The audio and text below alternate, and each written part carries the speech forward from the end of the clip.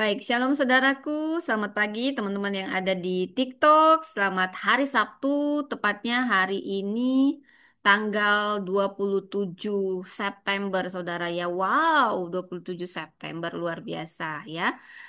Tidak terasa, saudara ya. Nah, dan saat ini juga saudara, tepatnya sebentar lagi kita akan meninggalkan bulan September menuju Oktober, dan kalau sudah Oktober ini artinya kita akan merayakan Natal sebentar lagi saudara, dan akhir artinya tutup tahun tidak terasa setahun ini. Apa yang sudah Anda lakukan setahun ini saudara? Masih ada kesempatan lagi saudara. Apa yang belum selesai selesaikan dan buatlah target yang terbaik. Baik, saya mau nyapa dulu teman-teman yang ada di YouTube. Selamat pagi Nusantara, selamat pagi Indonesia, selamat pagi rekan-rekan yang ada di YouTube dari berbagai penjuru ya. Baik juga teman-teman di Zoom, welcome di ibadah membangunkan Pajar Empower Women Ministry bersama saya Pendeta Dr. Priscilla Damari Silitonga, dan saya juga mau menyapa teman-teman yang di TikTok. Huras, Shalom, apa kabar ya? Selamat pagi semuanya. Ada Bapak Boston Simarmata ya. Selamat pagi ya Pak. Dan selamat pagi semuanya yang mungkin nanti saya nggak bisa sapa. Kalau Anda punya permohonan doa, Anda bisa DM saya. Saya akan fokus di khotbah saudara. Dan kalau Anda ada kesaksian, saya percaya saudara firman Tuhan bukan suatu kebetulan. Saya mendapat kesaksian, ada yang sudah hamil, ada yang mungkin ini khusus membahas perempuan yang signifikan. Tapi ini bukan hanya khusus untuk perempuan, tapi juga untuk semua orang. Bahkan semua generasi, saudaranya mau generasi milenial ya. Nah, tapi kita khusus membahas para perempuan signifikan di Alkitab ya. Karena kalau bicara perempuan itu bicara banyak aspek sebenarnya saudara ya. Dan laki-laki bukan berarti tidak termasuk paling penting karena partnernya ya. Saudara, kita saling melengkapi di dalam Tuhan ya. Baik, sebelum kita mulai mari kita bersatu di dalam doa. Terima kasih Bapa. Terima kasih semua karena anugerah-Mu kami ada sebagaimana kami ada, dan dalam ibadah Empower Women Ministry, ibadah pagi ini tolong hamba-Mu yang akan menyampaikan hanya kebenaran firman-Mu. Penuhi hamba dengan karunia hikmat pengetahuan, kuasa otoritas wibawa ilahi. Sembunyikan hamba di balik kuasa salib-Mu, biar nama-Mu saja yang ditinggikan semua bagi kemuliaan nama Tuhan. Dan biarlah hamba-Mu ini hanya menyuarakan kebenaran firman Allah di dalam nama Tuhan Yesus. Juga hamba berdoa buat para pendengar yang sakit disembuhkan, yang berbeban berat mendapat kelegaan pada saat firman-Mu diberitakan. Kami percaya Engkau berotoritas penuh. Segala kuasa yang coba menghalangi dihancurkan oleh kuasa darah Yesus. Dan segala benteng-benteng keakuhan manusia dihancurkan. Dan biarlah kami menyiapkan hati kami Tuhan seperti tanah yang subur. Berfirmanlah, bukan hanya pendengar, terutama kami menghidupi firman-Mu, pelaku firman-Mu berdampak menjadi terang. Terima kasih. Pada saat firman-Mu ini diberitakan, kami percaya kehadiran-Mu membawa terobosan-terobosan rohani. Di dalam nama Tuhan Yesus kami berdoa. Amin. Shalom, shalom, shalom. Apa kabar saudara? Semoga semuanya sehat ya. Tuhan memberkati. Baik, khotbah kita firman Tuhan ya. Ini bukan khotbah, bahkan lebih dalam, bisa 1 jam saudara ya. Ya, judulnya The Woman of Surrender. Wow, siapakah The Woman of Surrender? Apa itu The Woman of Surrender? Ya, saudara, perempuan yang taat pada panggilan Allah. Firman Tuhan kita baca dari Lukas 1 ayat 26 sampai dengan 38. Dan juga kita akan membaca dari Yohanes 2 ayat 1 sampai 11. Jadi saudara, Anda bisa buka di rumah. Lukas 1 ayat 26 sampai 38. Karena ini cukup panjang ya saudara. Dan Yohanes 2 ayat 1 sampai 11 nanti saya mengeksegesis di situ sekalian. Dan temanya diambil dari ayat kunci, ayat yang ke-38. Sesungguhnya, kata Maria, aku ini adalah hamba Tuhan, jadilah padaku menurut perkataanmu. Saudara, walaupun ini bukan Natal, tapi memang Tuhan suruh hari ini kita bicara tentang Maria, ya. Mungkin nanti di hari Natal akan lebih dalam lagi. Firman Tuhan selalu baru setiap pagi, dan eh, rema yang didapatkan tiap hamba Tuhan itu berbeda. Itulah artinya firman ini hidup ya, dan menghidupi kita, dan kita hidupi setiap hari. Baik. Bagaimana kalau saya mulai dengan satu pantun, saudara? Ya, pergi ke ladang, memetik padi. Hasilnya banyak, syukur di hati. Maria taat pada janji ilahi. Dunia diselamatkan karena imannya yang murni. Haleluya, haleluya. Saudara yang terkasih dalam Alkitab, kita mengenal banyak tokoh besar. Abraham yang sangat dikenal bapak orang beriman karena imannya yang besar. Musa dikenal dengan kepemimpinannya yang sangat transformasional. Daud ketulusan hatinya yang menggugah hati Tuhan, hati yang tulus seperti merpati, ya.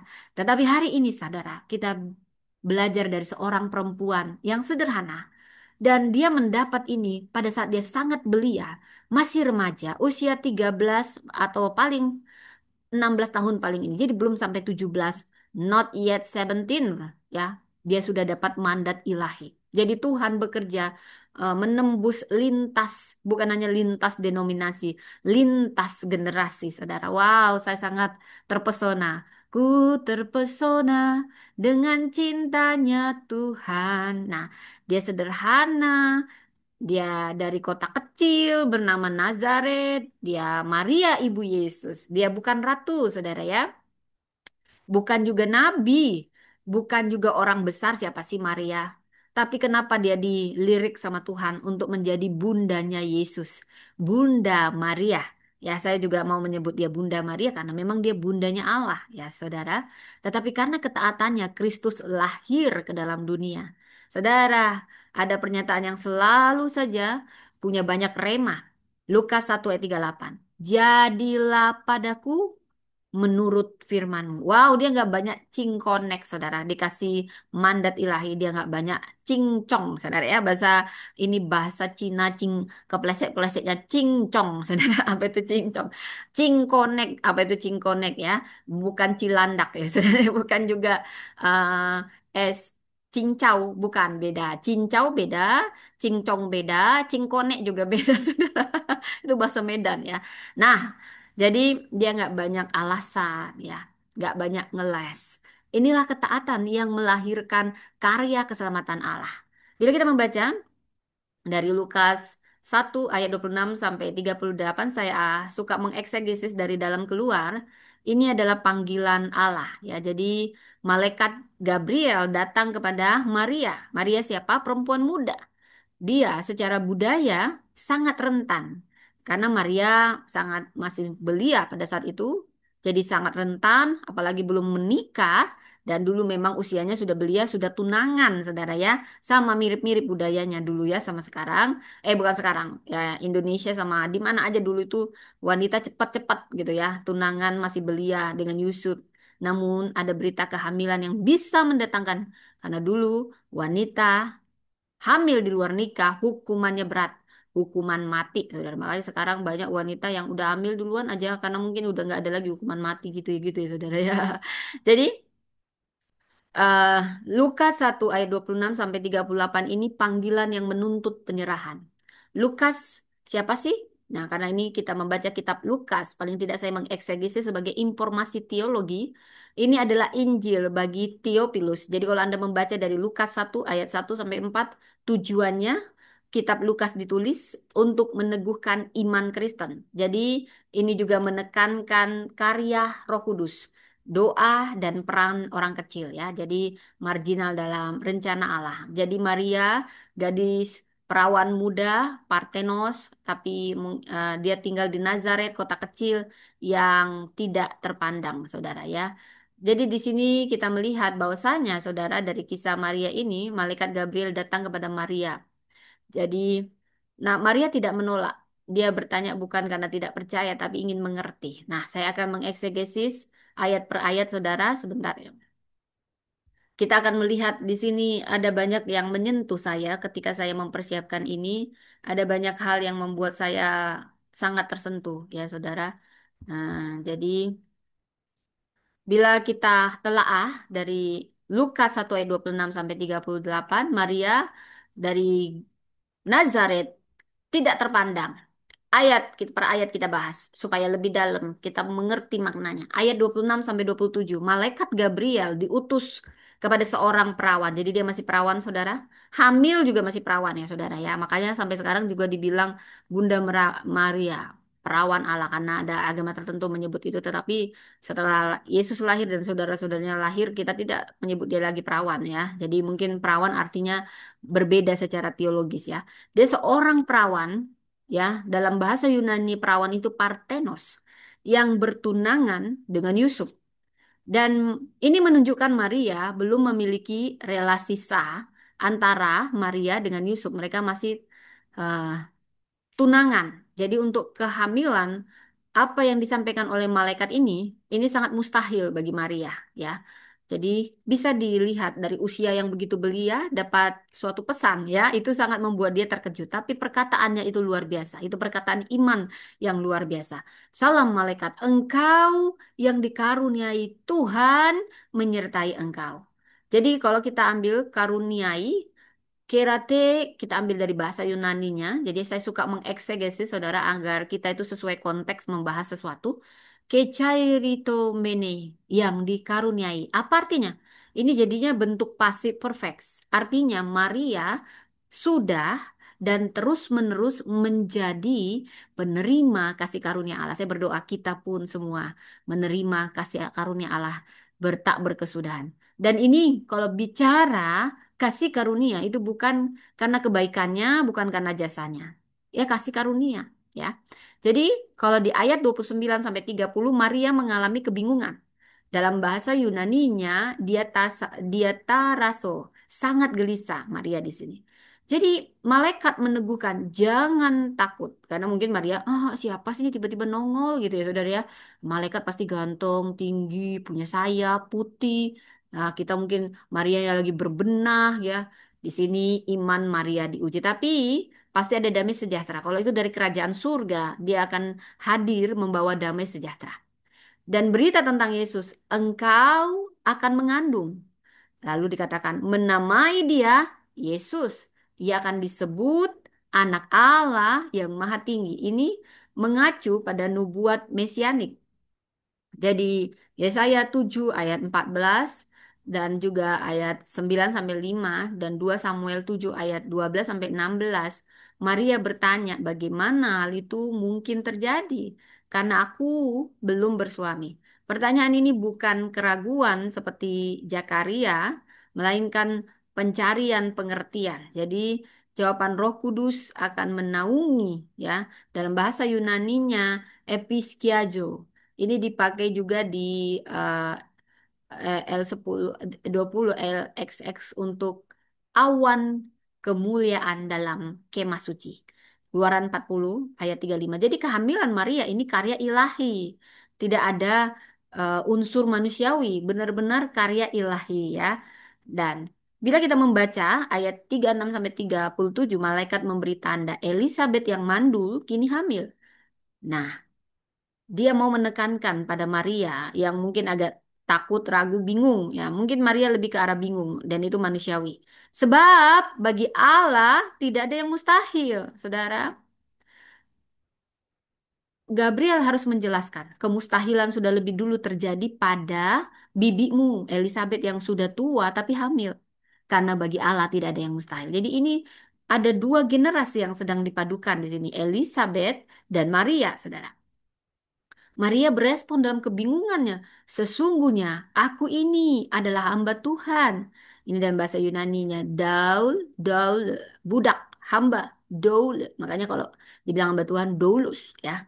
Budak, hamba, hamba seutuhnya. Jadilah padaku menurut perkataanmu. Ini adalah puncak penyerahan total. Ini punya makna teologis yang sangat dalam, saudara. Maria ini teladan iman kita. Iman yang bagaimana? Iman yang berserah penuh. Aku berserah, aku berserah pada Yesus, Juru Selamat. Aku berserah. Tapi pada saat itu kan Yesus jadi manusia belum lahir. Jadi mungkin pada Allah Allah Yahweh, Allah Maha Besar. Gitulah. Baik, jadi ketaatan Maria ini melibatkan resiko sosial, emosional, bahkan nyawa. Tetapi dia memilih tunduk. Saya nggak tahu, mungkin kalau saya yang dihampiri jadi Marianya ya dalam versi yang berbeda, saya langsung, apa-apaan sih? Ngapain sih pakai acara hamil-hamilan segala? Kan udah tahu saya punya tunangan. Tunggu dong, kita kan harus ikuti aturan Tuhan. Kan Tuhan yang bilang, kenapa aku harus hamil duluan? Aku punya tunangan, kenapa nggak lewat setelah nikah? Bukankah semuanya nih waktunya sesuai? Sesuai Tauratmu. Aku nanti dilempari orang pakai batu. Mana ada yang percaya kok datang? Nanti dibilang, kok ngaku-ngaku aja padahal kok kegatalan. Nah, mungkin tapi Maria tidak mikirin dirinya, pembelaannya, gengsinya. Dia sudah menyerahkan semua pada Tuhan. Saudara, berapa banyak kita lebih mikirin apa kata orang? Apa gengsi? Bagaimana nanti aku menampilkan versi terbaikku, saudara? Tapi itu bagus kalau Anda punya pertimbangan itu memang bagus dan manusiawi. Tapi ada saatnya kita bertemu dengan namanya hal-hal spiritual yang kita tahu itu dari Tuhan dan itu pasti bicara keintiman. Maria tahu itu karena dia punya keintiman dengan Tuhan. Anda tidak akan bisa keluar dari mulut Anda kalau Anda tidak intim dengan Tuhan. Tapi kalau Anda intim dengan Tuhan, Anda kenal siapa yang Anda layani dan Anda tahu siapa dia. Dan Anda tidak lagi memusingkan tentang diri Anda. Ini yang Maria alami. Dia tidak memusingkan tentang dirinya. Dia masih sangat murni. Kenapa Tuhan pilih wanita belia? Karena wanita ini belum pernah mungkin kenal pria, pacaran, mungkin tangan juga nggak pernah disentuh. Jadi memang wanita pilihan yang terbaik yang Tuhan pilih untuk menjadi bundanya Yesus, saudara. Segala aspek bibit bobot sudah terfilter. Ternyata bukan harus Miss Universe, Miss Arizona, saudara. Karena Erika Kek gitu ya, saudara enggak lah. Tapi saya juga senang dengan orang-orang Kristen yang menang, ya itu juga bagus. Kalau dia punya dampak dan punya manfaat terutama untuk kekristenan, ya jangan malu. Jadi putri-putri ini malu dengan agamanya. Saya males yang dia nyembunyiin agamanya karena dia punya dagangan, dia punya bisnis. Kenapa kalau kamu jadi orang Kristen? Kenapa sih? Kalau dia ngucapin, ya boleh kita ngucapin Lebaran, ngucapin ini. Tapi ya nggak usah malu kamu jadi orang Kristen kalau kamu berbisnis. Justru kamu harus bangga ya. Banyak yang begitu temanku ya. Apalagi kalau di sekolah teologi nggak pernah mau dibilangnya dia belajar teologi gitu ya. Kenapa rupanya? Kan kamu beneran belajar teologi juga gitu ya, saudara. Ya, maaf, maaf. Ini sambil saya minum biar suaranya tetap cantik. Aduhai. Ya, amin. Baik, saudara. Saya balikan lagi. Maria merespon. Dan ini sangat-sangat dalam ketika dikatakan di ayat 38. Respon Maria, sesungguhnya aku ini adalah hamba Tuhan dulu. Jadilah padaku menurut perkataan. Wah, ini yang paling ini sudah Maria ketaatannya ini mendahului mujizat, mendahului apapun. Karena Maria melibatkan resiko sosial, emosional, bahkan nyawanya sendiri. Karena dia tahu hukum Taurat. Wanita hamil di luar nikah, mati hukumannya, saudara. Tapi dia memilih tunduk karena dia punya kedalaman hubungan dengan Tuhan. Tuhanku tidak mungkin memusnahkanku dengan mempermalukanku. Aku nggak ngerti. Aku juga melihat ini nggak masuk akal. Tapi sesungguhnya aku ini hamba Tuhan. Jadilah padaku menurut perkataanmu, saudara. Kita berhenti di sini. Katakan ini adalah kita, saudara. Katakan sekarang ayat ini ikuti. Sesungguhnya aku ini adalah hamba Tuhan. Tuhan aku ini hambamu. Jadilah padaku menurut perkataanmu. Bukan perkataanku, bukan ambisiku, bukan mauku. Tuhan bukan kehendakku, kehendakmu. Sesungguhnya aku ini hambamu, Tuhan. Jadilah padaku menurut perkataanmu. Saudara, saya mau membacakan ini. Ada kekuatan mengalir. Ini penyerahan. Makanya judulnya The Woman of Surrender. Kalau aku pun mati, biarlah aku mati. Tapi aku tahu Tuhan yang aku temui setiap pagi dalam keintimanku. Bertemu muka dengan muka, tenggelam di dalam kasihmu Bapa. Maria tenggelam dengan hubungan yang intim. Sehingga dia tahu, dia nggak banyak cingkonek, nggak banyak cincong, nggak cari aman, nggak lihat bagaimana nanti apa kata orang, gengsi, nggak perlu. Dia hanya bilang, sesungguhnya aku hamba. Jadilah padaku seperti yang kau inginkan. Jadilah padaku menurut perkataan, bukan menurut ambisiku, versiku, semuanya. Bukan. Ini iman yang melahirkan Kristus dalam dunia.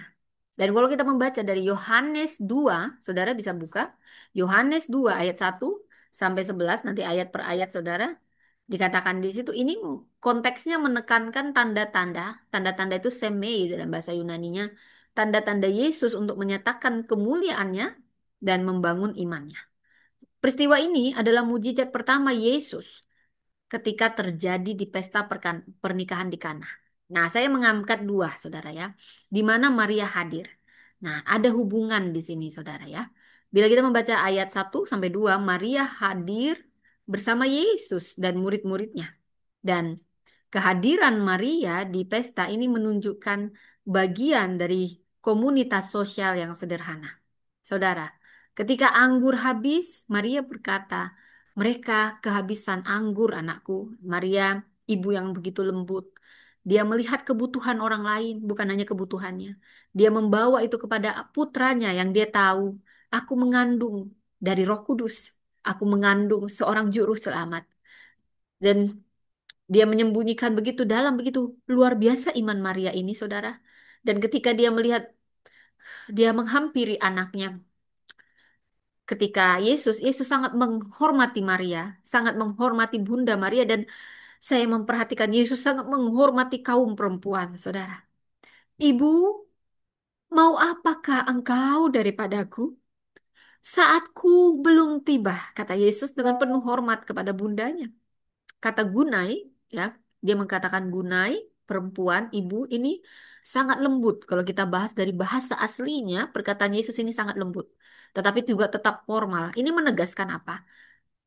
Menegaskan jarak antara relasi jasmani, ibu dan anak, dan misi ilahi Yesus. Walaupun Yesus mengasihi ibu, karena dia juga 100% manusia, 100% Allah ketika dia berinkarnasi jadi manusia, dia harus menjadi teladan bagaimana hubungan ibu dan anak. Tetapi dia juga harus tak menetapkan dengan tegas, misi saya lahir ke dunia ini melalui rahimmu bundaku, yaitu misi ilahi. Dan Maria tidak menyerah. Dia tahu putranya ini juru selamat. Maria mencoba, tetapi dengan iman dia berkata kepada pelayan, apa yang dikatakan kepadamu, buatlah itu. Ini ketaatan aktif. Dia menyerahkan kendali kepada Yesus, putranya, sang juru selamat sepenuhnya. Dan mujizat terjadi. Air menjadi anggur. Anggur terbaik, padahal itu air udah habis, anggur yang terbaik udah disajikan lebih baik lagi. Karena Tuhan kalau bekerja itu 100% luar biasa, saudara. Ini melambangkan berkat baru dari Mesias, saudara. Jadi kita membaca dari Yohanes 11, Yohanes menyimpulkan mujizat ini adalah tanda pertama menyatakan kemuliaan Yesus dan murid-muridnya. Ini mujizat. Yesus membuat mujizat pertama itu bukan di marketplace, bukan di gereja, tapi di pesta pernikahan. Ini bicara keluarga.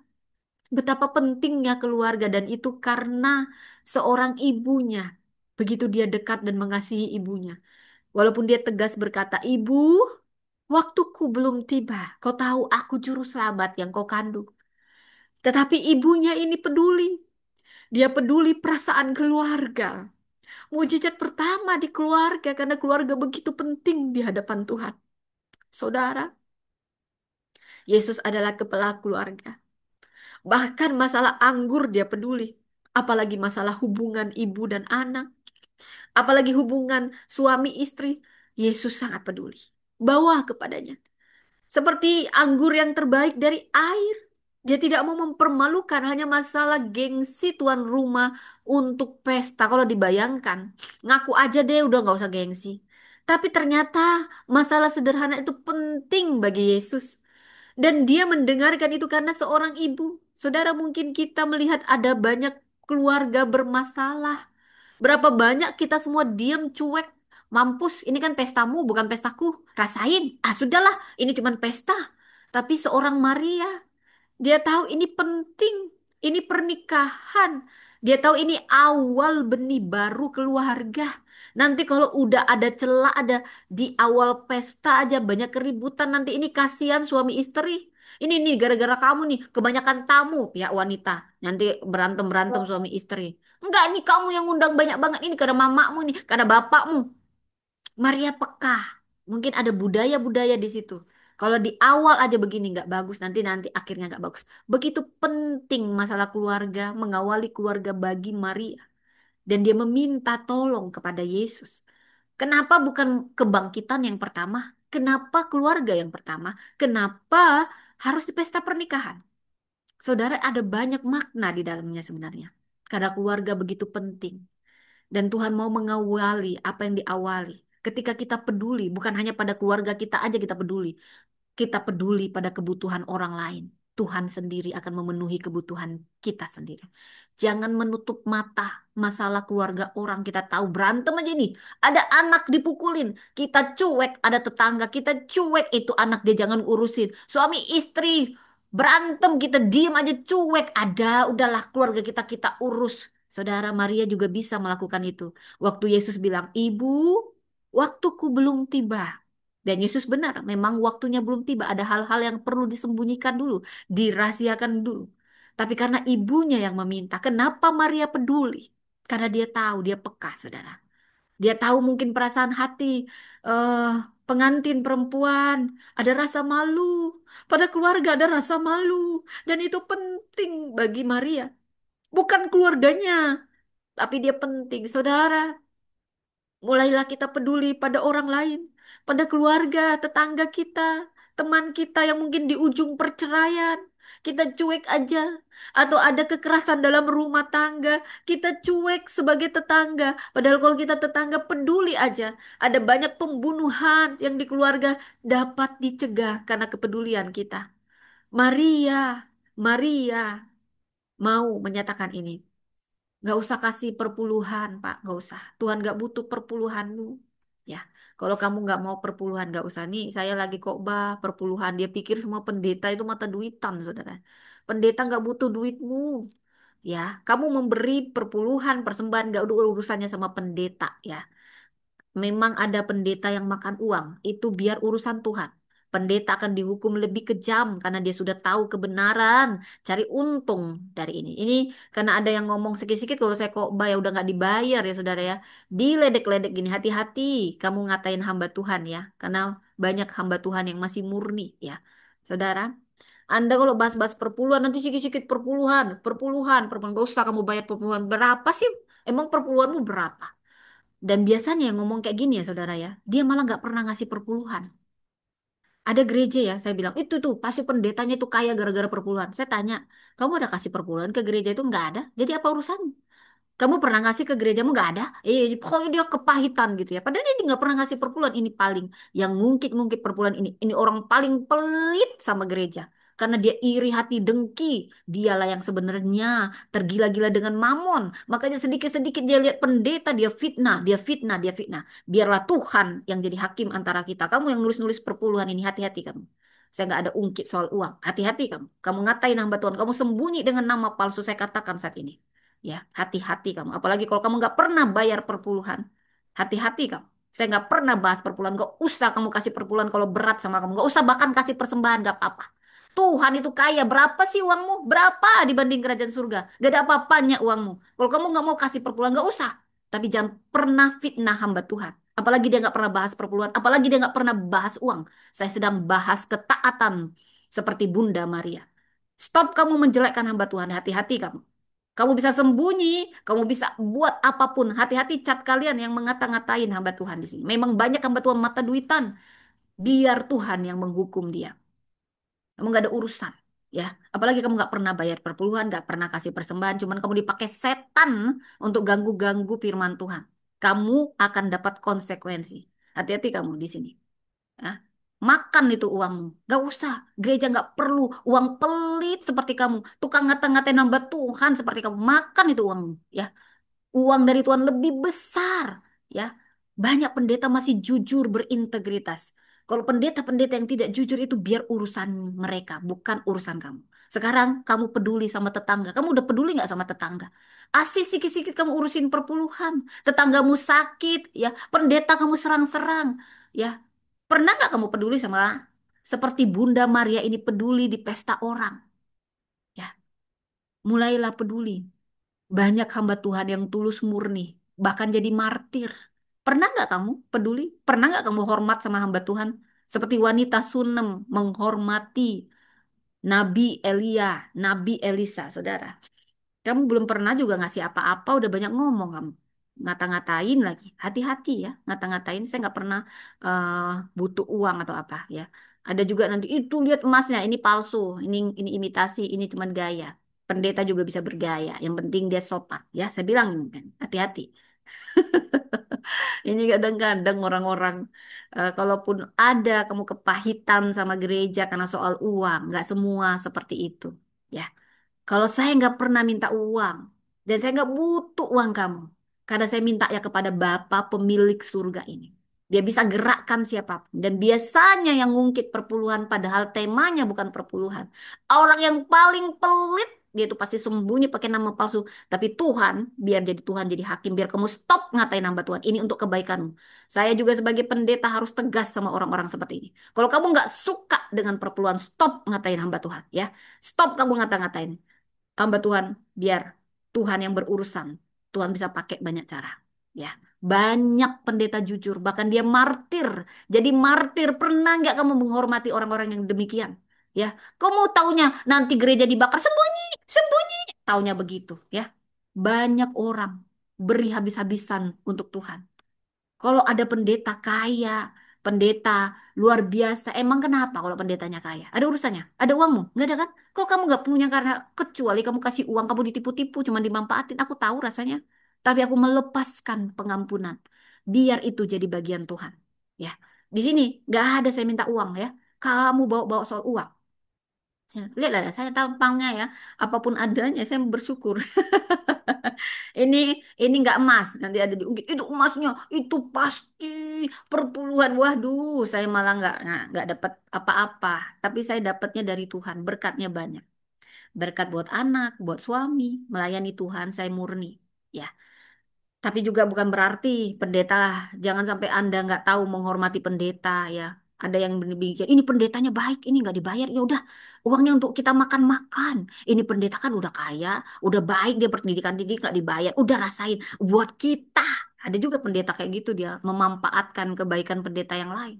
Oh ini nggak dibayar, dia ajak kita pakai. Nanti uangnya buat hadiah-hadiah, kado-kado, dia buat dia kita kurangi. Kan dia pendeta baik, yang baik dikerjain, gitu saudara ya. Padahal apa yang menjadi bagian dia bagi kasih, ya.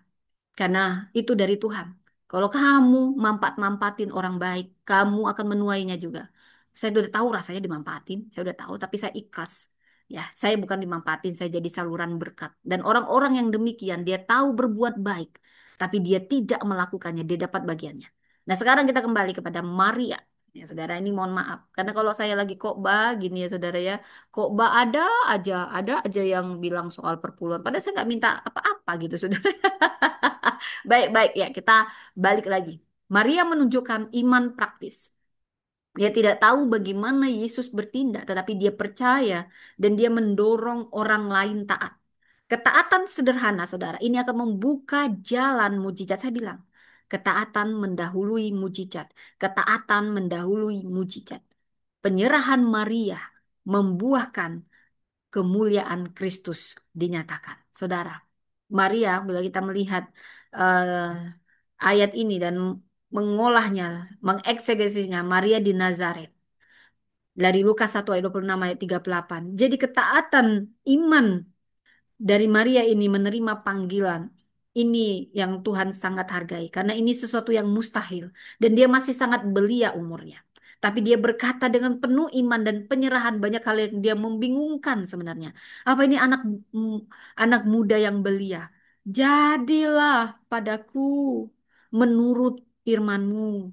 Jadilah padaku menurut firman-Mu. Iman melahirkan Kristus, saudara. Maria di Kana. Jadi kita membaca Yohanes 2 ayat 1 sampai 11. Ketaatan iman mempercayakan hasil kepada Yesus. Apa yang dikatakan kepadamu, buatlah itu. Itu ketaatan Maria, dia percaya penuh, saudara. Saudara, mujizat terjadi ketika kita berserah penuh. Aku berserah ketika kita taat. Walaupun kita tidak mengerti. Walaupun semuanya di luar akal logika kita, saudara. Apa yang dikatakan buatlah. Maria sebagai the woman of surrender. Kita menyebutnya the woman of surrender. Dia menyerahkan identitas, kenyamanan, dan kontrol hidupnya. Dari penyerahan itu, Kristus dinyatakan kepada dunia. Jadi dari sini kita tahu melihat ini pemberitahuan kelahiran Kristus kepada Maria oleh malaikat Gabriel. Ya, dalam bulan ke-6 Allah menyuruh malaikat Gabriel pergi ke sebuah kota Galilea. Jadi Maria itu di Galilea, di Nazaret. Seorang perawan yang sudah bertunangan dengan Yusuf keluarga Daud. Jadi dua-duanya itu keluarga Daud. Dan nama perawan itu Maria. Saudara, kalau kita olah bulan ke-6, bulan ke-6 dia dapat dapat nubuat ini, saudara ya. Ini dan di sini Elizabeth sudah hamil bulan ke-6. Lukas 1 ayat 24 sampai 36. Jadi ini menggabungkan karya Allah tentang Yohanes Pembaptis dan karya yang lebih besar yaitu Yesus. Malaikat Gabriel ini malaikat yang menyampaikan berita ya. Ini juga yang datang kepada Zakaria. Jadi eh, Nazaret sendiri kalau kita olah ini kota yang tidak terkenal. Ini tidak ada apa-apanya. Makanya dari kota kecil, lahir dari kota rendah. Kenapa Tuhan harus pilih Nazaret, saudara? Tuhan itu maha adil. Tuhan itu maha besar. Dia itu suka memakai orang-orang yang disepelekan, orang-orang yang nggak dianggap untuk menjadi duta duta besarnya, saudara. Makanya hati-hati. Kita jangan cepat nyepelein orang. Aduh, kamu siapa sih? Kamu kan dari kampung-kampung itu kan ya? Jangan. Karena Yesus sendiri lahir dari Nazaret yang nggak dianggap. Adakah sesuatu yang baik akan keluar dari Nazaret? Tuhan bisa pilih yang terbaik kota. Kenapa dia pilih Nazaret? Dia ingin segala bangsa. Dia ingin apa yang hina jadi mulia. Bukankah Yesus juga lahir di di kandang domba? Dia bisa lahir di tempat yang paling mahal. Tapi kenapa dia pilih kandang domba di Palungan? Aku masih ingat puisinya. Di Palungan dibaringkan anak Allah yang kudus. Wah, aku mau nangis, saudara. Raja segala raja, pemilik semesta memilih kandang domba. Itu yang orang Yahudi tidak bisa terima. Kenapa Mesias harus lahir? Karena semuanya berbeda, kontradiksi dengan dunia ini. Makanya Anda jangan pernah menyepelekan orang. Karena biasanya orang-orang yang diremehkan kalau ditangkap Tuhan, orang-orang yang nggak dianggap, saudara, itu dijadikan Tuhan duta besarnya. Karena Tuhan begitu baik. Disitulah keadilannya. Dia selalu berpihak pada orang-orang yang lemah, berpihak pada orang-orang yang dianggap. Saudara, dia bisa pilih hotel terbaik, tapi dia pilih kandang domba. Bahkan tidak ada nabi yang lahir di kandang domba. Tidak ada nabi-nabinya yang lahir di palungan, tapi anak Allah harus memilih. Itu bukan suatu kebetulan, itu sudah dinubuatkan. Pemilik semesta, Raja, Tuhan yang jadi manusia, dia memilih kandang domba, palungan. Dia ambil yang paling hina, bahkan semiskin-miskinnya kita tidak ada yang lahir di kandang domba. Tapi Tuhan kita lahir di kandang domba. Raja segala raja itu lahir di kandang domba. Ada makna di dalamnya. Karena memang tujuan dia datang. Mengubah apa yang hina jadi mulia. Apa yang hina jadi mulia, saudara. Dia juga mati di tempat terkutuk, yaitu kayu salib. Saudara, tidak ada.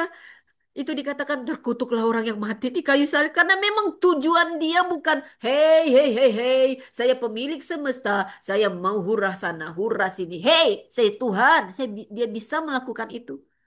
Tapi itulah Tuhan kita yang maha besar, maha kasih. Memang tujuan dia datang ke dunia untuk disalib. Dia mau mengubah yang hina jadi mulia. Dia mau mengubah kutuk menjadi berkat. Semua yang kontradiksi di dunia ini, dia mau ubah itu. Aku Tuhan, pemilik semesta, berdaulat atas apapun. Tapi kau begitu berharga. Kau yang tidak dianggap begitu berharga. Supaya kau tidak punya alasan Tuhan, siapakah aku? Aku miskin, aku begini. Oh anakku, aku sudah ambil tempat itu. Aku mengubah yang hina jadi mulia. Aku sendiri lahir di kandang domba. Kandang itu menjadi mulia. Saat kau ada di dalam aku pokok anggur dan kau rantingnya, maka apapun dirimu yang kau anggap kau hina, kau jadi mulia karena kehadiran sinar kemuliaanku. Tuhan, aku ini siapa? Lihatlah keluargaku. Memang aku datang untuk itu. Aku datang ke dunia bukan bilang pesta-pesta seperti Elon Musk yang kaya raya disambut di mana-mana. Oh tidak, aku pemilik semesta, aku pencipta langit dan bumi. Aku sudah ada sebelum kau ada karena aku Alfa dan Omega. Tapi aku memilih tempat yang paling hina itu memang tujuanku ke dunia ini untuk disalib. Ngapain? Cuman mau bilang, hei, aku Tuhan, sembah aku, sembah aku. Aku pemilik semesta, tidak kau tahu dasar kamu prajurit Romawi kau nggak ada apa-apanya. Kau semut. Aku bisa ngomong begitu. Tapi ngapain aku datang ke dunia ini? Memang aku sedang memberi teladan. Supaya nggak banyak cingkonek kamu satu-satu. Tuhan, aku tidak bisa mengampuni begini-begini. Aku ketika jadi manusia, aku udah tahu rasanya manusia. Cuman Tuhan kita yang tahu rasanya jadi manusia. Dan dia ambil semua hina itu, dia ubah jadi mulia saat kau ada di dalamku. Yang hina jadi mulia.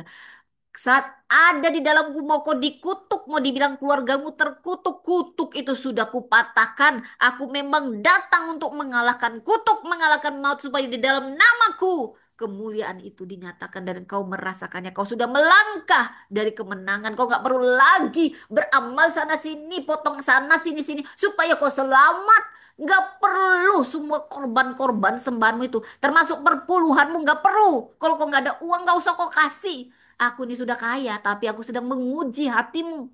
Apakah hatimu terpaut sama hartamu atau kau percaya padaku? Jadi gak ada alasan sama yang paling miskin. Tuhan sudah ambil yang paling miskin itu tapi dia ubah jadi mulia. Gak ada alasan kita lagi gak bisa mengampuni. Tuhan kau gak tahu. Kau kan Tuhan, aku manusia. Oh aku datang ke dunia untuk bisa jadikan teladan. Makanya aku berdoa. Lalu orang-orang yang gak kenal aku ini bilang, hei kalau dia Tuhan kenapa berdoa? Karena memang aku ini Yesus datang ke dunia untuk beri teladan. Supaya kau tahu sebagai manusia kau waktu kau lemah kau berdoa.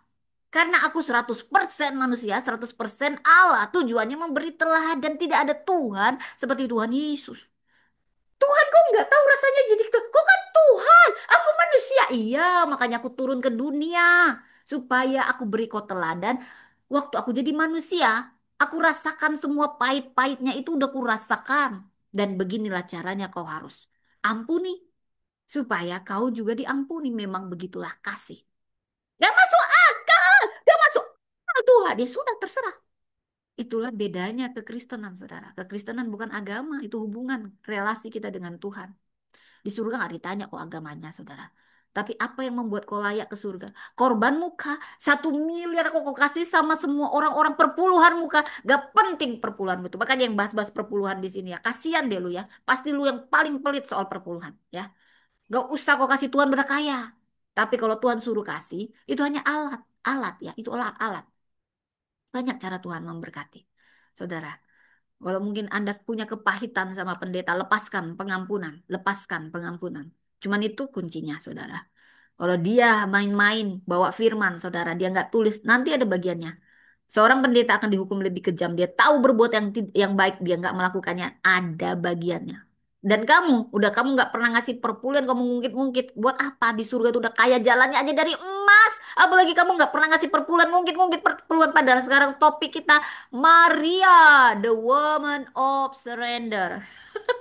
Maaf aja saudara ini banyak aja nanti cat-cat ngeledek saya tapi saya harus fokus ya. Fokus saya cuman kadang kesel gitu saudara. Saya nggak pernah ngungkit uang di sini. Saya tulus. Kalau saya mau cari uang saya nggak perlu khotbah di sini. Tapi Tuhan suruh ayo Priscilla berkhotbah. Karena saya tahu ada Maria di sini. Saya tulus. Saya nggak perlu khotbah di sini nggak dibayar saudara. Mau juga TikTok bayaran uangnya berapa saudara? Ya, saya nggak cari itu nggak pernah saya ambil saudara. Tapi saya takut pada Tuhan. Tuhan yang sudah memperlengkapi saya harus menyalurkan itu. Ya, jadi nggak usah cerita uang di sini, nggak ada uangnya di sini. Tapi di sini ada kasih karunia. Di sini ada berkat Tuhan, lebih dari uangmu itu, yang lapuk-lapuk itu ya. Ya, Tuhan lebih kaya dari itu semua. Dan saya tulus melayani di sini. Jadi malaikat Gabriel ini yang memberi, ada banyak yang menyentuh di sini ya saudara. Engkau yang dikaruniai. Maria dipenuhi kasih karunia. Saya berdoa kita semua dipenuhi kasih karunia. Tuhan menyertai engkau. Permula formula penyertaan ilahi. Saudara, kata ayat 30 sampai 33 di sini. Jangan takut, kata malaikat, jangan takut hai Maria. Ini respon ilahi kepada manusia yang gentar. Jadi wajar lah, bingung gitu lah, lebih bingung. Engkau akan mengandung paralel dengan nubuat. Jadi semua nubuat di Alkitab itu terjadi. Seorang perawan akan mengandung, saudara. Yesus Lesus, Yahweh menyelamatkan. Anak Allah yang maha tinggi ini menunjuk keilahiannya. Tahta Daud, Mesias yang dinanti bangsa Israel. Saudara, kerajaannya tidak akan berkesudahan. Inilah penggenapan nubuat mesianik. Kalau kita bahas di ayat 34 sampai 35 kata Maria kepada malaikat itu, bagaimana hal itu mungkin terjadi? Karena aku belum bersuami. Roh Kudus akan turun atasmu. Lihat ini. Ini tidak ada campur tangan manusiawi. Itulah Yesus anak Allah. Dan dia harus dalam kekudusan lahirnya saudara ya. Kuasa Allah yang maha tinggi menaungi engkau. Sebab itu anak yang kau lahirkan itu akan disebut kudus anak Allah. Ini pertanyaan Maria. Bukan tanda tidak percaya. Tapi dia hanya bingung, tidak mengerti. Karena memang dia masih remaja juga ya. Yaitu wajar, kita kan manusia. Ada pertanyaan biologis saudara ya. Dia katakan, bagaimana mungkin? Ya saudara, ini sebentar saya mengapakan puzzle-nya supaya nggak mati tiba-tiba. Ya, dalam nama Yesus ya. Ini kontras dengan Zakaria. Kalau Zakaria meragukan, kalau Maria sedikit bingung aja, ya. Karena dia yang akan hamil, ya. Kalau Zakaria kan nggak hamil, tapi dia meragukan. Nah, itu dia. Makanya dia bisu jadinya, saudara. Hati-hati Anda yang meragukan Tuhan, ya. Nanti Anda bisu, saudara. Roh Kudus, kuasa Allah menaungi engkau. Sama seperti kemah suci yang dinaungi kemuliaan Allah. Keluaran 40 ayat 35. Ini menunjukkan karya penciptaan baru oleh Roh Kudus. Anak Allah, identitas mesianis dan keilahian Kristus ditegaskan di sini. Dan dikatakan, dan sesungguhnya Elizabeth sanakmu, dia pun mengandung seorang anak laki-laki pada hari tuanya. Ini bulan ke-6, jadi pada saat malaikat Gabriel datang, Elizabeth sudah hamil 6 bulan. Ya, dan sebab bagi Allah tidak ada yang mustahil. Elizabeth diberi tanda. Ini konfirmasi pada Maria yang lagi bingung. Bagi Allah tidak ada yang mustahil, sama-sama katakan saudara. Saya percaya saat ini Anda yang mendengar. Mungkin Anda mulai ragu seperti Zakaria. Jangan sampai Anda bisu, mungkin bisu dalam hal yang lain. Bukan berarti bisu dalam bersuara, saudara. Jangan ragukan Tuhan. Mungkin penantianmu terlalu lama seperti Elizabeth dan Zakaria sampai mereka sudah tidak percaya. Tapi saya mau tegaskan sekarang, katakan sama-sama dengan saya, bagi Allah tidak ada yang mustahil. Anda bahkan para hamba Tuhan, saya tahu di sini ada yang mendengar hamba Tuhan yang mulai meragukan. Saya mau menguatkan kita kembali, kita katakan dengan segenap hati, bagi Allah tidak ada yang mustahil. Oh adinatesha paratou teupan rema. Setiap firman Allah pasti digenapi. Kekuatan Maria untuk taat lahir dari keyakinan akan kuasa Anda. Percayakah kau? Adakah iman kujumpai? Kata Maria, ini kata kunci kita. Sesungguhnya aku ini hamba. Sesungguhnya aku ini hamba. Jadilah padaku menurut perkataanmu. Lalu malaikat itu pergi. Aku ini hamba Tuhan. Doulo kiro. Ini menyatakan penyerahan total. Aku ini hamba Tuhan. Kita bisa menyebut Tuhan kaulah sahabatku. You are the friend of God. Sahabat boleh. Bukan berarti ada juga hamba Tuhan. Tapi hamba Tuhan aja yang nggak dibayarnya. Yang lain pemusiknya dibayar. Semuanya dibayar. Tapi pengkhotbah nggak dibayarnya katanya hamba Tuhan. Padahal pemusik, pengkhotbah, aser semua hamba Tuhan. Bukan hanya saya hamba Tuhan, kamu hamba Tuhan. Jadi kamu juga nggak boleh mendiskriminasi. Pembicara jangan dibayar, dia hamba Tuhan. Ini hamba, kita hamba. Ada juga dia bawa firman kayak gini. Padahal dia sedang penghematan gitu ya. Pemusik dia bayar, semua dia bayar. Bukan berarti hamba Tuhan ini minta bayar. Jangan kamu memperalat orang-orang yang baik. Beri pada dia apa yang harus memang kau beri. Kecuali dia mengembalikan. Ada banyak orang punya siasat-siasat politik. Memang betul, jangan kamu kira yang jadi hamba Tuhan itu hanya yang bicara. Ini pendeta hamba Tuhan. Katanya hamba, mari kita bilang, hamba kamu, hamba. Tidak dibayar, lihat itu doulos, budak tidak dibayar. Tapi pemusik dia bayar, aser dia bayar. Emang hamba Tuhan salah apa? Emang pendeta salah apa? Gak seperti itu kawan. Kalau kamu dengar begini, bertobat kamu. Jangan kamu bedain orang, jangan kamu mampatin orang kecuali pendeta itu mengembalikan. Ada juga yang begini, siasat politik penghematan, mampatin yang baik. Kenapa juga yang lain juga bilang sama pemusikmu, bilang sama song leader, kita hamba Tuhan tidak dibayar, tidak ada PK. Begitu, ya. Jadi jangan salah dengan makna ini. Pendeta itu salah apa? Dia baik salah apa kok kamu kerjain? Kalau dia tidak kamu bayar, yang lain tidak kamu bayar. Jangan kamu melakukan diskriminasi. Bilang juga tuh sama pemusik, kita ini hamba Tuhan, kita budak tidak dibayar. Kamu aset tidak dibayar, tidak ada PK PK PK, murni. Jangan semua kamu bayar kecuali pendetanya.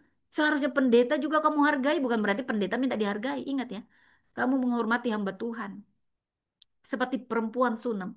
Kamu punya berkat tersendiri. Tapi nggak perlu kita dihormati juga. Kita ini hamba. Tapi saya mau katakan ya.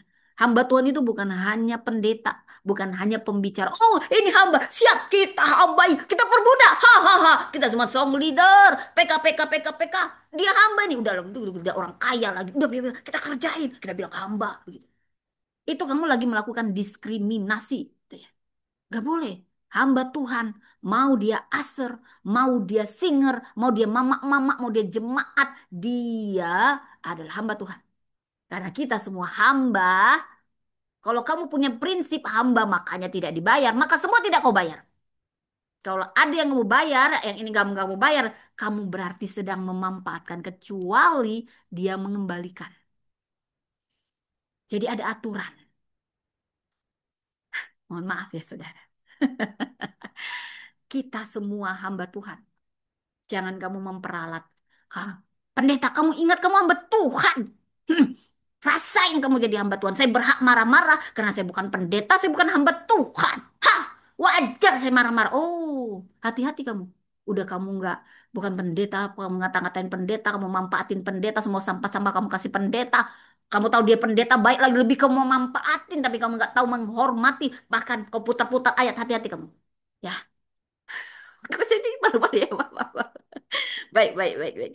Kata Maria, sesungguhnya aku ini adalah hamba Tuhan. Maria aja tahu, aku ini, walaupun belia, aku hamba Tuhan. Jadi, mulai sekarang kamu harus paham apa makna hamba Tuhan itu bukan hanya pendeta, kamu juga. Jadi jangan cepat kali muncung itu menghakimi. Kan aku memang jemaat biasa. Dia yang hamba Tuhan. Dia kalau berdosa mampus dia ku beritakan, ku pirar-pirarkan. Karena dia pendeta. Pendeta tukang pukul. Pendeta ini. Padahal dia juga tukang pukul. Dia merasa dia berhak jadi tukang pukul karena dia bukan pendeta. Oh, kamu juga hamba Tuhan, kawan. Kita masing-masing punya penghakiman kita. Udah gitu dia mempopularkan dosa-dosa pendeta, saudara. Siapa sih kita yang nggak berdosa, saudara? Gak usah kita menghakimi. Apalagi dia, kalau dia hamba Tuhan, jangan seperti itu. Ya, jangan seperti itu kita kata-katain, saudara. Stop itu, stop. Ya, kata Maria, aku ini hamba Tuhan. Doulo Kyrio. Ini menyatakan penyerahan total. Sikap tunduk seorang hamba kepada Tuhan. Jadilah padaku menurut perkataanmu. Ini klimaks iman Maria. Ketaatan penuh tanpa syarat. Jadi apa di sini? Inilah pernyataan iman yang melahirkan Kristus dalam dunia. Jadi intinya ketaatan seorang percaya, saudara. Jadi ada makna teologis utama di sini. Kasih karunia Allah memilih yang sederhana. Saudara, jangan suka ngeremehin orang. Kamu nggak akan tahu dia nanti ke depan jadi apa, apalagi kalau dia ditangkap Tuhan. Jadi jangan cepat kamu ala ini anak orang miskin ini biasa aja. Gak usah. Ini oh hai, ini hebat ini kita bawa ini ya, kita populerkan dia. Dia juga orang kaya, bapaknya juga orang kaya gini. Kalau yang ini kita sembunyikan aja dia walaupun sama-sama ya dia belum tenar di dunia ini gak usah diundang jadi pembicara gitu ya. Ya nggak apa-apa juga, bukan kamu yang nentuin ya saudara. Tapi saya mau katakan jangan suka kamu nyepelin orang. Kamu nggak akan pernah tahu orang itu jadi apa. Hargai semua orang, tulus sama semua orang. Jangan ada maunya. Ini apa yang bisa aku mampatin dari dia? Apa yang bisa aku jual sama dia? Milikilah ketulusan. Ini yang paling masih jarang sekarang ketulusan. Jadi pekerjaan Roh Kudus melampaui keterbatasan manusia. Kelahiran Kristus, karya Allah semesta. Iman Maria menjadi teladan penyerahan diri. Dia berkata, jadilah meski belum mengerti semua konsekuensinya. Tidak ada yang mustahil bagi Allah. Ini iman yang membuka jalan bagi penggenapan janjinya. Saudara, saya mau beri 3 pesan di sini, saudara.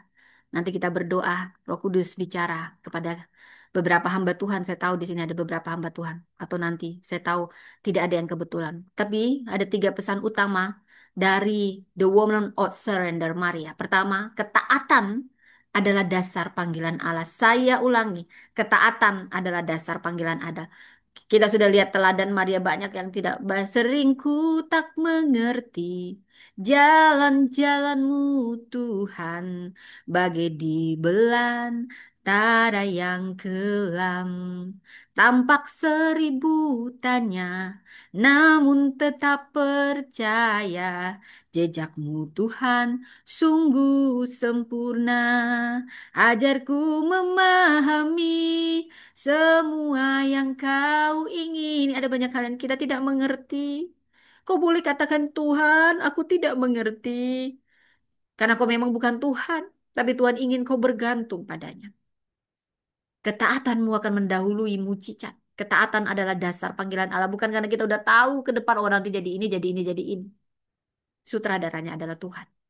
Allah tidak mencari yang kuat, yang sudah ready, yang sudah mapan, yang pinter, yang berpengaruh. Allah mencari yang mau berkata, aku ini, sesungguhnya aku ini hamba Tuhan.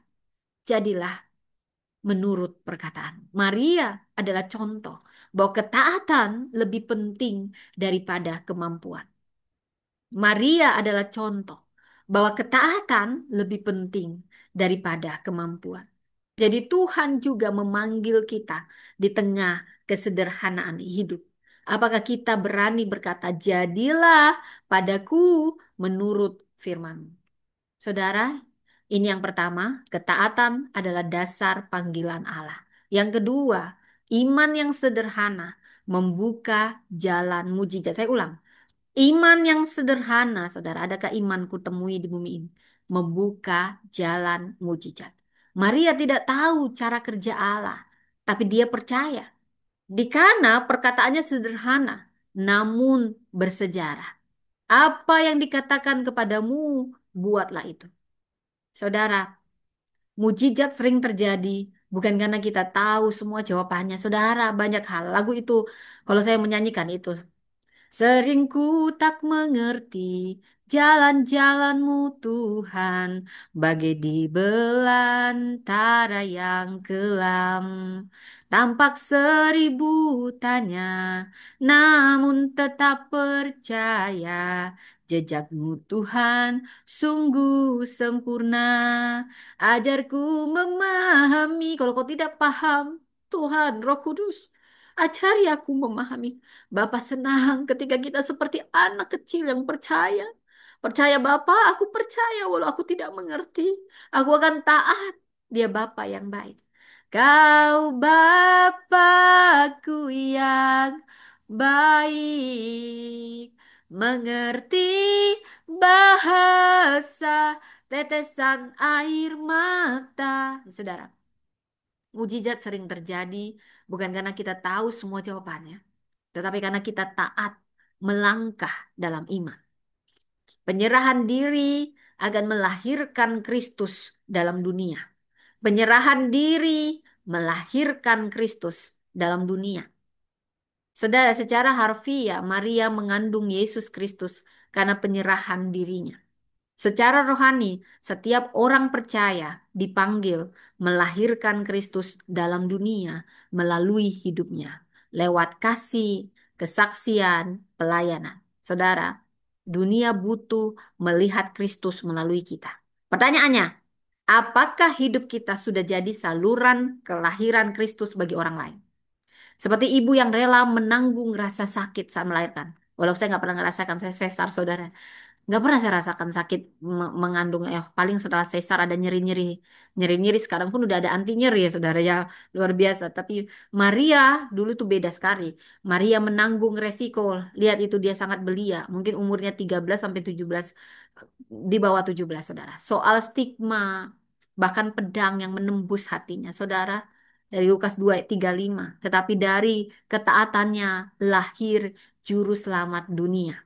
Demikian juga, kadang ketaatan kita menyakitkan, tetapi hasilnya melahirkan berkat bagi banyak orang.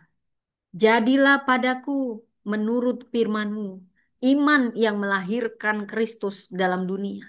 Allah tidak mencari yang mampu, tetapi yang mau menyerah. Ketaatan sederhana ini yang akan membuka jalan bagi mujizat besar. Apa yang dikatakan Tuhan kepadamu, buatlah itu. Perempuan Nazaret itu taat dan dunia menerima juru selamat. Saudara, Maria adalah the woman of surrender, perempuan yang menyerah penuh kepada panggilan Allah. Dari bibirnya keluar kalimat iman, jadilah padaku menurut firman. Kiranya kita pun belajar, saudara, untuk taat dan percaya menyerahkan diri, karena ketaatan kita hari ini dapat melahirkan Kristus dalam keluarga, pelayanan, bahkan bangsa. Saudara, sebelum kita menutup ibadah ini, saudara, ingat, ketaatan bukan sekedar menerima berita, tetapi akan melahirkan sang firman bagi dunia. Iman sejati berkata, bahkan ketika kita jalan depan belum terlihat, itulah iman, kita percaya. Ketaatan kecil hari ini akan melahirkan mujizat besar di hari esok. Surrender, menyerah, berserah kepada Tuhan bukan kelemahan, justru kekuatan melihat tangan Allah bekerja. Allah tidak mencari yang paling kuat, dia mencari hati yang berkata, aku ini hambamu. Saat kita manusia berkata, memang mustahil, tapi Maria percaya, bagi Allah tidak ada yang mustahil. Ketaatan akan buka jalan mujizat. Penyerahan akan bawa kita pada jalan kemuliaannya. Seperti Yesus hadir di pesta karena saya berdoa, dia hadir dalam rumah tangga kita. Menuangkan anggur kanannya bagi setiap rumah tangga. Kita percaya dan taat. Ini mengajarkan menyerahkan apa yang ada di tanganmu, maka Allah mengubahnya menjadi anggur terbaik. Perempuan yang berserah bukan kehilangan diri, melainkan menemukan panggilan ilahi. Saudara, saat ini taat dalam keluarga, dalam pekerjaan, dalam pelayanan, ya, ini kuncinya, saudara.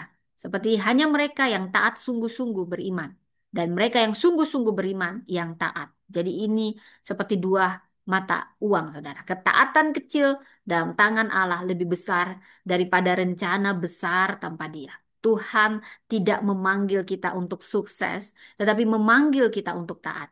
Maria berkata, aku ini hamba Tuhan, jadilah padaku menurut perkataanmu. Itulah iman yang melahirkan Kristus dalam dunia. Saudara, jadi taat meski kita nggak ngerti sepenuhnya. Seperti Maria di Lukas ayat 1 ayat 34. Bagaimana hal itu mungkin terjadi? Aku belum bersuami. Dia tidak mengerti, tapi dia taat, dia percaya. Jangan tunggu semua jelas baru taat. Iman berarti melangkah meski belum melihat. Kemudian taat itu akan membuka jalan mujizat. Apa yang dikatakan kepadamu, buatlah itu. Seperti di Yohanes 2 ayat 5. Maka mujizat air jadi anggur, lahir ketaatan sederhana para pelayan. Ketaatan kecil kita bisa buka mujizat besar. Taat memuliakan Kristus, meneguhkan iman orang lain. Ia telah menyatakan kemuliaannya dan murid-muridnya percaya padanya. Ketaatan Maria bukan hanya memberkati dirinya, tetapi membawa orang lain percaya kepada Yesus. Ketaatan menjadi kesaksian yang membuat orang lain semakin percaya kepada Yesus. Saudara, mari kita melihat di sini. Kita mengundang Yesus dalam setiap aspek hidup. Taat pada firman-Nya walau sederhana. Dan lihat mujizat terjadi bukan karena hal besar, tapi karena taat pada perintah sepenuhnya. Yesus akan mengubah kekurangan jadi kelimpahan. Seperti yang diubahnya air jadi anggur-anggur yang terbaik. Apa yang diberi dunia sering mengecewakan, tapi yang Tuhan beri tepat waktu yang terbaik, yang akan mengubah kekosongan hidup jadi sukacita. Baik saudara, saat ini saya ingin mengungkapkan rema ini. Rema ini juga buat saya, tapi juga buat beberapa perempuan saat ini saya tidak mengerti. Tuhan berkata, engkau adalah pembawa janji. Seperti Maria dan Elisa, siapapun Anda yang mendengar ini. Tuhan akan memakaimu untuk mengandung, melahirkan, dan menyalurkan penggenapan janjinya bagi banyak orang. Lukas 1 ayat 37, rema ini. Sebab bagi Allah tidak ada yang mustahil. Aku berdoa, bagi Allah tidak ada yang mustahil. Dan Tuhan berkata, waktu Tuhan belum habis dalam hidupmu. Mungkin kau merasa ada kekurangan anggur. Ini bicara keterbatasan, bicara kegagalan, bicara tentang pintu yang tertutup. Aku berdoa. Saya tahu saat ini Tuhan sedang bicara lewat ini.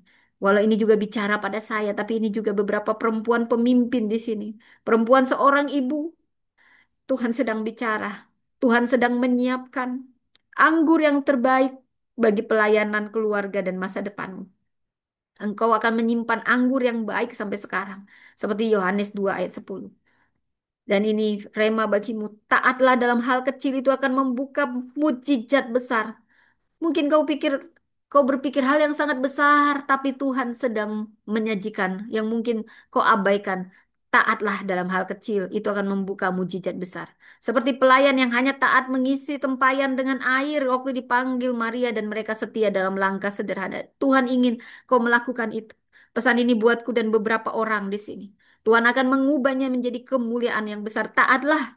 Walau itu kau melihat hal yang sangat sederhana, taatlah saat ini. Ini remah dari Tuhan. Apa yang dikatakan kepadamu buatlah. Itulah kata-kata juga buat kita. Apa yang Tuhan atau Roh Kudus bisikan, walau sederhana sekalipun, taatlah, buatlah. Dalam nama Yesus, mujizat itu sedang terjadi. Dan aku juga berdoa. Ada pewahyuan ilahi bagi pelayanan dan panggilan beberapa orang di sini yang mendengarkan. Pelayananmu akan menjadi lintas generasi dan denominasi. Dari yang tua dan muda dipertemukan Roh Kudus dalam pelayananmu. Yang menjembatani lintas generasi. Saya tidak tahu siapa Anda. Tapi ini menjembatani lintas generasi dan denominasi. Kekurangan. Apapun yang menjadi kekuranganmu saat ini akan menjadi kesaksian.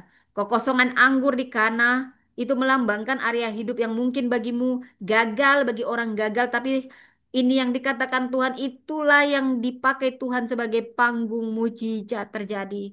Terjadi saat ini. Ada beberapa orang yang Tuhan sedang sampaikan ini dan kita dipanggil sebagai saksi kemuliaan. Yohanes 2 ayat 11 menutup kisah maka murid-muridnya percaya kepadanya.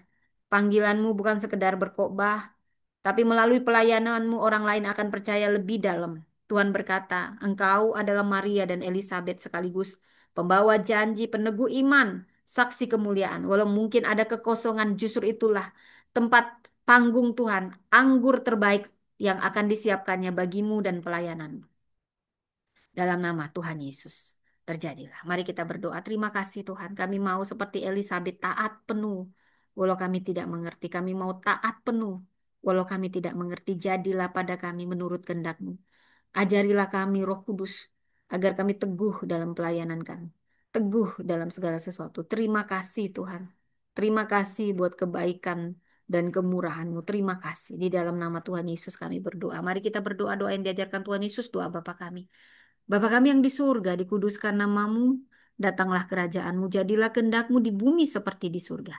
Berilah kami pada hari ini makanan kami yang secukupnya, dan ampunilah kami akan kesalahan kami, seperti kami juga mengampuni orang yang bersalah kepada kami. Dan jangan membawa kami ke dalam pencobaan, tetapi lepaskanlah kami daripada yang jahat, karena Engkau yang punya kerajaan, dan kuasa, dan kemuliaan sampai selama-lamanya. Amin. Mari kita menerima berkat dari Tuhan. Tuhan menghadapkan wajahnya kepada kita. Tuhan menyinari kita dengan wajahnya dan kasih karunia-Nya. Diberkatilah keluarga kita, anak cucu kita. Diberkatilah apapun yang kita lakukan, segala usaha, bisnis apapun. Ada favor dan kemuliaan Tuhan menyertai dan dijadikan berhasil untuk kemuliaan namanya. Bapa terima kasih.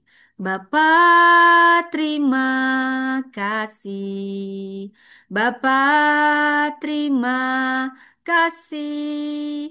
Bapa di dalam surga, ku berterima kasih. Amin. Amin. Amin. Amin. Amin, amin, amin. Terima kasih semuanya, saudaraku. Tuhan memberkati. Saya mohon maaf kalau ada chat-chat yang nggak bisa saya balas. Dan yang ada permohonan doa, saya akan mendoakan bersama tim nantinya. Bisa di DM kalau mungkin chatnya sudah hilang karena saya harus fokus dengan khotbah dan apa yang Tuhan sampaikan sembari saya memberitakan firman Tuhan. Baik, kita akan jumpa lagi esok, mungkin esok sore ya saudara ya, dalam berita yang lain tentang kisah yang lain. Wanita-wanita signifikan. Jadilah seperti Maria, the woman of surrender. Tuhan memberkati teman-teman yang ada di Zoom. Terima kasih sudah hadir. Juga teman-teman yang ada yang di YouTube. By the way, rekaman penuhnya Anda bisa baca, dengar di YouTube. Tuhan memberkati. Bye.